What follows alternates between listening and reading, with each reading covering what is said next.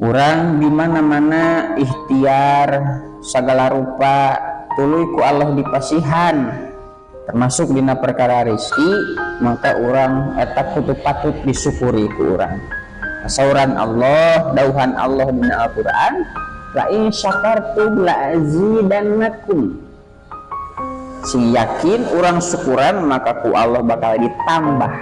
Nah, ditambah didinya maksudnya lain ditambah perkara namanya jumlah mah pastinya sakitu, tapi nu dipasihan ku Allah teh perkara nilainya barokahna.